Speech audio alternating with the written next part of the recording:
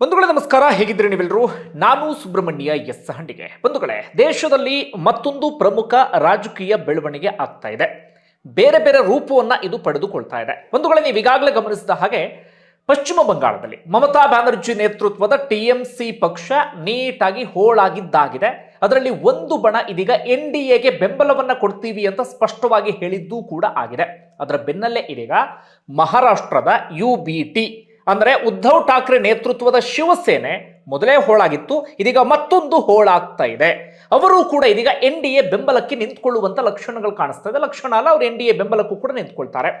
ಹಾಗಾದ್ರೆ ಏನಾಗ್ತಾ ಇದೆ? ಯಾವ ಕಾರಣಕ್ಕಾಗಿ ಇಂತಹ ಬೆಳವಣಿಗೆ ಆಗ್ತಾ ಇದೆ? ಬೇರೆ ಬೇರೆ ಸಂಸದರನ್ನ ಬಿಜೆಪಿ ಯಾಕೆ ಈ ತರ ಸೆಳೆಯುವಂತ ಕೆಲಸವನ್ನ ಮಾಡ್ತಾ ಇದೆ?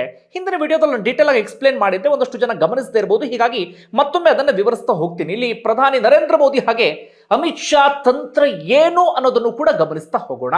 ಅದರ ನಡುವೆ ಒಂದಷ್ಟು ಸಾರ್ವಜನಿಕರ ಅಭಿಪ್ರಾಯವೂ ಕೂಡ ಇದೆ. ಈ ಎಲ್ಲ ಬೆಳವಣಿಗೆಗೆ ಸಂಬಂಧಪಟ್ಟ ಹಾಗೆ ಆ ವಿವರವನ್ನು ಕೂಡ ಗಮನಿಸ್ತಾ ಹೋಗೋಣ. ಒಂದು ವೇಳೆ TMCಯ ಬೆಳವಣಿಗೆ ನಿಮಗೆ ಈಗಾಗಲೇ ಗೊತ್ತೇ ಇದೆ. ಅಲ್ಲಿ ಪಶ್ಚಿಮ ಬಂಗಾಳದಲ್ಲಿ TMC ಸೋಲ್ತಾ ಇದ್ದ ಹಾಗೆ ಬಹಳ ದೊಡ್ಡ ಮಟ್ಟಿಗಿನ ರಾಜಕೀಯ ಕ್ರಾಂತಿ ಆಗೋಯ್ತು. TMCಯಲ್ಲಿ ಶಾಸಕರು, ಅದರಲ್ಲಿ 80 ಶಾಸಕರಲ್ಲಿ 64 ಜನ ನಾವು ಪ್ರತ್ಯೇಕ ಬಣ ಅಂತ ಹೇಳ್ತಿದ್ದಾರೆ. ಆದ್ರೆ ಅವರು ನಾವು ಇಂಥವ್ರಿಗೆ ಬೆಂಬಲ ಅದ್ಯಾವುದನ್ನು ಕೂಡ ಇಲ್ಲಿಯವರೆಗೆ ಹೇಳಿಲ್ಲ, ಮುಂದೆ ಏನಾಗುತ್ತೋ ಗೊತ್ತಿಲ್ಲ. ಇನ್ನು ಸಂಸದರ ವಿಚಾರಕ್ಕೆ ಬಂದ್ರೆ 29 ಇದ್ದಿದ್ದು, ಒಬ್ರು ತೀರ್ಕೊಂಡಿದ್ರು, 28 ಬಾಕಿ ಇದ್ರು. ಅದರಲ್ಲಿ 20 ಸಂಸದರು ಮಮತಾ ಬ್ಯಾನರ್ಜಿಗೆ ತುಂಬಾ ಆಪ್ತರಾಗಿದ್ದಂತ ಸಯೋನಿ ಘೋಷ್ ಇಂದ ಹಿಡಿದು ಯೂಸುಫ್ ಪಠಾಣ್ ಇಂದ ಹಿಡಿದು ಒಟ್ಟು 20 ಮಂದಿ ಅವರು ಪ್ರತ್ಯೇಕ ಬಣ ಅಂತ ಗುರುತಿಸಿಕೊಂಡಿದ್ರು. ಕಾನೂನು ರೀತಿಯಲ್ಲಿ ಸಮಸ್ಯೆ ಆಗಬಾರದು ಎನ್ನುವಂತಹ ಕಾರಣಕ್ಕಾಗಿ ಕೇವಲ 882 ಮತಗಳನ್ನ ಪಡೆದುಕೊಂಡಿದ್ದಂತ ಒಂದು ಚಿಕ್ಕ ಪಕ್ಷ NCPI ಅಂತ ಹೇಳಿ ಆ ಪಕ್ಷದ ಜೊತೆಗೆ ಇದೀಗ ಮರ್ಜ್ ಆಗಿದ್ದಾರೆ. ಅವರೀಗ NDAಗೆ ಬೆಂಬಲವನ್ನ ಕೊಡ್ತಾ ಇದ್ದಾರೆ. ಇದು ಒಂದು ಬೆಳವಣಿಗೆ. ಮತ್ತೊಂದು ಕಡೆಯಿಂದ ಮಮತಾ ಬ್ಯಾನರ್ಜಿ ಈಗಾಗಲೇ ಭವಾನಿಪುರದ ಸೋಲಿಗೆ ಸಂಬಂಧಪಟ್ಟ ಹಾಗೆ ಕೋರ್ಟ್ ಮೊರೆ ಹೋಗಿದ್ದು ಕೂಡ ಆಗಿದೆ. ಅದೇನಾಗುತ್ತೆ ಅನ್ನೋದನ್ನ ಕಾದು ನೋಡೋಣ. ಪಶ್ಚಿಮ ಬಂಗಾಳದಲ್ಲಿ ಅಲ್ಲಿ ಒಂದು ಕಡೆಯಿಂದ ಆಯ್ತಾ. ಆ ಸಂದರ್ಭದಲ್ಲಿ ಒಂದಷ್ಟು ಊಹಾಪೋಹಗಳೆಲ್ಲವೂ ಕೂಡ ಸ್ಪ್ರೆಡ್ ಆಗೋದಕ್ಕೆ ಶುರುವಾಗಿತ್ತು. ದೇಶದ ಬೇರೆ ಬೇರೆ ಇನ್ನೊಂದಷ್ಟು ಪ್ರಾದೇಶಿಕ ಪಕ್ಷಗಳು ಕೂಡ ಹೋಳಾಗುವಂತ ಸಾಧ್ಯತೆ ಇದೆ ಎನ್ನುವಂತ ರೀತಿಯಲ್ಲಿ ಪ್ರಮುಖವಾಗಿ ಕೇಳಿ ಬರ್ತಾ ಇದ್ದಿದ್ದು ಶಿವಸೇನೆಯ ಹೆಸರು. ಆ ಕಡೆ ಉತ್ತರ ಪ್ರದೇಶಕ್ಕೆ ಹೋದ್ರೆ ಅಲ್ಲಿ SP ಹೆಸರು, ಅಖಿಲೇಶ್ ಯಾದವ್ ನೇತೃತ್ವದ ಸಮಾಜವಾದಿ ಪಾರ್ಟಿ ಇದೆಯಲ್ಲ ಆ ಪಕ್ಷದ ಹೆಸರು, ಅವೆಲ್ಲವೂ ಕೂಡ ಕೇಳಿ ಬರ್ತಾ ಇತ್ತು. ಊಹಾಪೋಹ ಅಥವಾ ಚರ್ಚೆ ಇದೀಗ ವಾಸ್ತವ ರೂಪವನ್ನು ಪಡೆದುಕೊಂಡಿದೆ ಅಥವಾ ಸತ್ಯ ಆಗಿದೆ. ಶಿವಸೇನೆ ಪಕ್ಷದಲ್ಲಿ ದೊಡ್ಡ ಮಟ್ಟಿಗಿನ ಕಂಪನ ಇದೀಗ ಸೃಷ್ಟಿಯಾಗಿದೆ. ಏನಾಯ್ತು ಅನ್ನೋದನ್ನು ಗಮನಿಸೋಣ.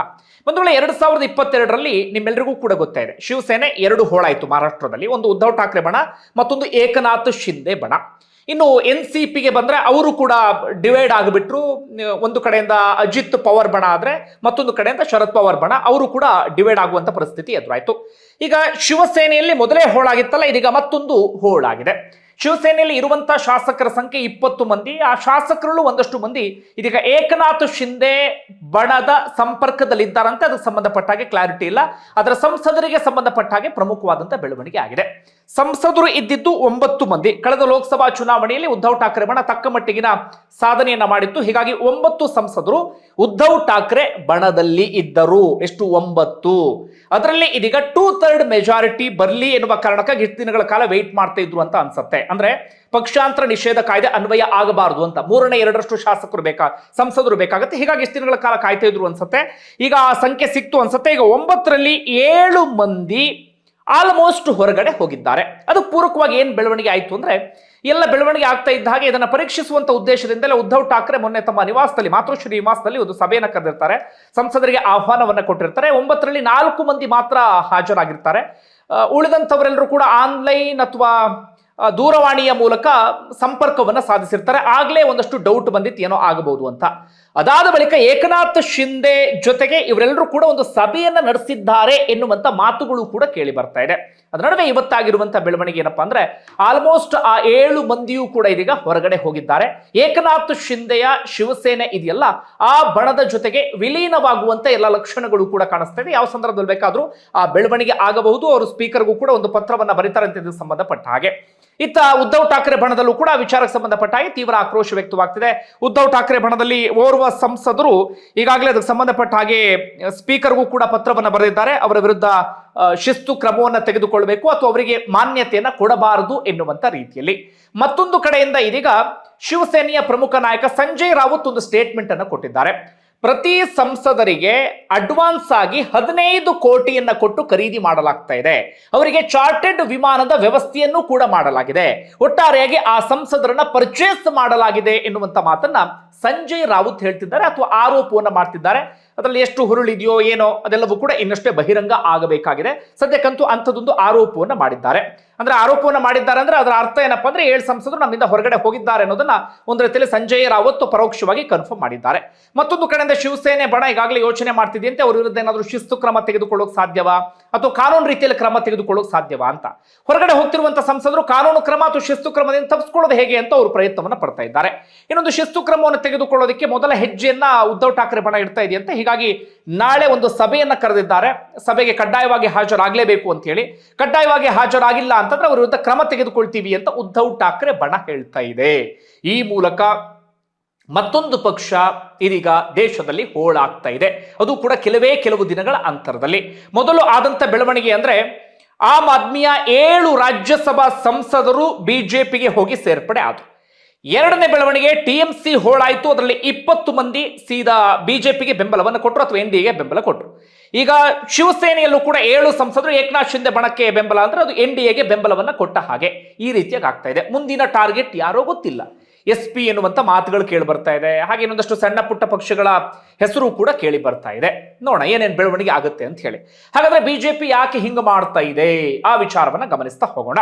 ಬಂಧುಗಳೇ, ಏಪ್ರಿಲ್ 16ನೇ ತಾರೀಕು ಇದೇ ವರ್ಷ ಒಂದು ಪ್ರಮುಖ ಬೆಳವಣಿಗೆ ಆಗಿತ್ತು. ಸಂಸತ್ನಲ್ಲಿ ಡಿಲಿಮಿಟೇಷನ್ ಬಿಲ್ ಅಂದ್ರೆ ಕ್ಷೇತ್ರ ಪುನರ್ವಿಂಗಡಣೆ ಹಾಗೆ ಮಹಿಳಾ ಮೀಸಲಾತಿ ಬಿಲ್ ಪ್ರಸ್ತಾಪ ಆಗುತ್ತೆ. ಆ ಸಂದರ್ಭದಲ್ಲಿ ಎನ್ಡಿಎಗೆ ಸೋಲಾಗುತ್ತೆ.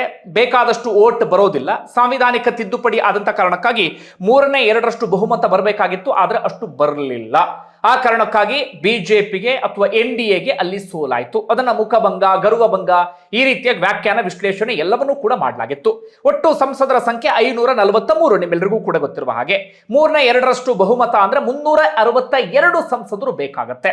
ಆದ್ರೆ ಬಿಜೆಪಿಗೆ ಈಗ ಏನಾಗಿದೆ ಅಂದ್ರೆ ಬಿಜೆಪಿಯ ಸಂಸದರಿರುವುದು 240. ಅವರ ಮಿತ್ರ ಪಕ್ಷಗಳು ಎಲ್ಲರೂ ಕೂಡ ಸೇರಿ ಟಿಡಿಪಿ, ಜೆಡಿಯು, ಇನ್ನೊಂದು ಸಣ್ಣ ಪುಟ್ಟ ಪಕ್ಷಗಳು ಅವರೆಲ್ಲರೂ ಕೂಡ ಸೇರಿ ಒಟ್ಟಾರೆ ಆಗಿರೋದು 293. ಅವ್ರು ರೀಚ್ ಆಗ್ಬೇಕಾಗಿರೋದೆಷ್ಟು 362ಕ್ಕೆ.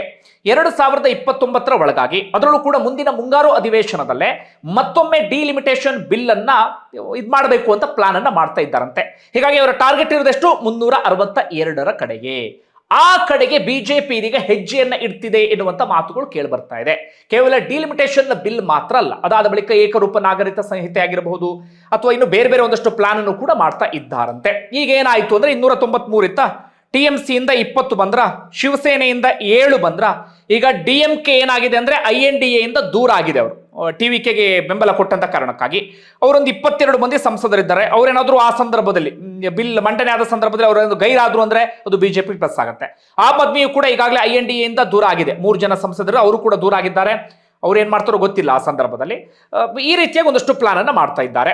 ಆದರೂ ಕೂಡ ಬಿಜೆಪಿಗೆ ಒಂದಷ್ಟು ಸಂಸದರ ಸಂಖ್ಯೆ ಕಡಿಮೆ ಆಗುತ್ತೆ. ಹೀಗಾಗಿ ಮುಂದಿನ ಗುರಿ ಉತ್ತರ ಪ್ರದೇಶದ SP ಎನ್ನುವಂತ ಮಾತುಗಳು ಕೇಳಿ ಬರ್ತಾ ಇದೆ. 37 ಸಂಸದರಿದ್ದಾರೆ. ಅದರಲ್ಲಿ 2/3 ಹೊರಗಡೆ ಬರಬೇಕು ಅಂತ ಆದ್ರೆ ಪಕ್ಷ ನಿಷೇಧ ಕಾಯ್ದೆ ತಪ್ಪಿಸ್ಕೊಳ್ಳೋದಕ್ಕೆ 3/2 ಅಂತ ಆದ್ರೆ ಬಹಳ ದೊಡ್ಡ ಸಂಖ್ಯೆಯಲ್ಲಿ ಸಂಸದರು ಬರಬೇಕಾಗತ್ತೆ. ಹಾಗೇನಾದ್ರೂ SP ಯನ್ನು ಕೂಡ ಒಡೆದು ಸಂಸದರನ್ನ ಕರ್ಕೊಂಡು ಬಂದ್ರು ಅಂತ ಆದ್ರೆ ಬಿಜೆಪಿ ಅಂದುಕೊಂಡಿದ್ದನ್ನ ರೀಚ್ ಆಗುವಲ್ಲಿ ಯಶಸ್ವಿ ಆಗತ್ತೆ. ಕೇವಲ ಇದೊಂದೇ ಕಾರಣವಾ ಅಂದ್ರೆ ಅಲ್ಲ. ಈಗ ಏನಾಗಿದೆ ಅಂದ್ರೆ ಈಗ ಬಿಜೆಪಿ ಕಳೆದ ಬಾರಿ 272 ಅಲ್ಲ ಮ್ಯಾಜಿಕ್ ನಂಬರು. ಸರ್ವೆಗಳೆಲ್ಲವೂ ಕೂಡ ಹೇಳ್ತಾ ಇದ್ವು ಬಿಜೆಪಿ ಏಕಾಂಗಿಯಾಗಿ ಅಧಿಕಾರಕ್ಕೆ ಬರುತ್ತೆ ಅಂತ. ಹಾಗಾಗ್ಲಿಲ್ಲ. ಬಿಜೆಪಿ 240ಕ್ಕೆ ರೀಚ್ ಆಗುವಲ್ಲಿ ಯಶಸ್ವಿ ಆಯಿತು. ಅದಾದ ಬಳಿಕ ಮಿತ್ರ ಪಕ್ಷಗಳ ಜೊತೆಗೆ ಈಗ ಮೈತ್ರಿ ಸರ್ಕಾರವನ್ನು ರಚನೆ ಮಾಡಿಕೊಂಡಿದೆ. TDP ಅದೇ ರೀತಿಯಾಗಿ JDU ಋಣದಲ್ಲಿ ಈಗ ಬಿಜೆಪಿ ಇದೆ. ಬಿಜೆಪಿ ಅವರಿಂದಲೂ ಕೂಡ ತಪ್ಪಿಸಿಕೊಳ್ಳೋದಕ್ಕೆ ಈಗ ಪ್ಲಾನ್ ಮಾಡ್ತಿದೆಯಂತೆ. ಚಂದ್ರಬಾಬು ನಾಯ್ಡು ಯಾವ ಬೇಕಾದ್ರೂ ಉಲ್ಟಾ ಹೊಡಿಬಹುದು, ನಿತೀಶ್ ಕುಮಾರ್ ಯಾವ ಬೇಕಾದ್ರೂ ಉಲ್ಟಾ ಹೊಡಿಬಹುದು. ಆ ಸಂದರ್ಭದಲ್ಲಿ ನಮ್ಮ ಸಂಸದರ ಸಂಖ್ಯೆ ಮ್ಯಾಜಿಕ್ ನಂಬರ್ ದಾಟುವ ರೀತಿಯಲ್ಲಿ ಇತ್ತು ಅಂತಾದ್ರೆ ಸರ್ಕಾರವೂ ಕೂಡ ಸೇಫ್ ಆಗಿರುತ್ತೆ ಎನ್ನುವಂತ ಪ್ಲಾನ್ ಮಾಡ್ತಿದ್ದಾರಂತೆ. ಆ ಕಾರಣಕ್ಕಾಗಿ ಇದೀಗ ಎಲ್ಲ ಕಡೆಗಳಲ್ಲೂ ಕೂಡ ಪಕ್ಷವನ್ನ ಹೋಳು ಮಾಡು, ಸಂಸದರನ್ನ ಕರ್ಕೊಂಡು ಬಾ, ಪಕ್ಷವನ್ನ ಡಿವೈಡ್ ಮಾಡು, ಸಂಸದರನ್ನ ತಮಗೆ ಬೆಂಬಲ ಕೊಡುವಂತೆ ಮಾಡು. ಇದು ಬಿಜೆಪಿ ಸದ್ಯಕ್ಕೆ ಮಾಡ್ತಾ ಇರುವಂತ ಪ್ಲಾನ್. ಇದು ಎಷ್ಟರ ಮಟ್ಟಿಗೆ ಸರಿ ತಪ್ಪು ಸಹಜವಾಗಿ ರಾಜಕೀಯ ವಲಯದಲ್ಲಿ, ಸಾರ್ವಜನಿಕ ವಲಯದಲ್ಲಿ ಚರ್ಚೆ ಆಗುತ್ತೆ. ಆದ್ರೆ ಒಂದಷ್ಟು ಮಂದಿ ಸಾರ್ವಜನಿಕರ ಪ್ರಶ್ನೆ ಅಥವಾ ಮಾತು ಏನಪ್ಪಾ ಅಂದ್ರೆ ಬಿಜೆಪಿ ಮೊದಲು ಹೇಳಿದ್ದೇನು, ಒಂದಷ್ಟು ಮಂದಿಯನ್ನ ಕಳ್ಳರು, ಸುಳ್ಳು, ಭ್ರಷ್ಟರು ಅಂತ ಹೇಳ್ತಾ ಇತ್ತು. ಆದ್ರೆ ಯಾರ್ಯಾರನ್ನ ಕಳ್ಳರು, ಸುಳ್ಳು, ಭ್ರಷ್ಟರು ಅಂತ ದೂಷಿಸಿತ್ತೋ ಅವರೆಲ್ಲರನ್ನೂ ಕೂಡ ಇದೀಗ ತಮ್ಮ ಪಕ್ಷಕ್ಕೆ ಆಹ್ವಾನವನ್ನ ಕೊಡ್ತಾ ಇದೆ ಅಥವಾ ತಮ್ಮ ಪಕ್ಷಕ್ಕೆ ಬೆಂಬಲ ಕೊಡುವಂತೆ ಮಾಡ್ತಾ ಇದ್ದಾರೆ. ಇದು ಎಷ್ಟರ ಮಟ್ಟಿಗೆ ಸರಿ? ಇದು ಒಂದಷ್ಟು ಜನರ ಪ್ರಶ್ನೆ. ಒಟ್ಟಾರೆಗೆ ಬಂಧುಗಳೇ, ಈ ಬೆಳವಣಿಗೆಗೆ ಸಂಬಂಧಪಟ್ಟ ಹಾಗೆ ನಿಮ್ಗೆ ಏನನ್ಸುತ್ತೆ ಕಮೆಂಟ್ ಮಾಡಿ. ಧನ್ಯವಾದ.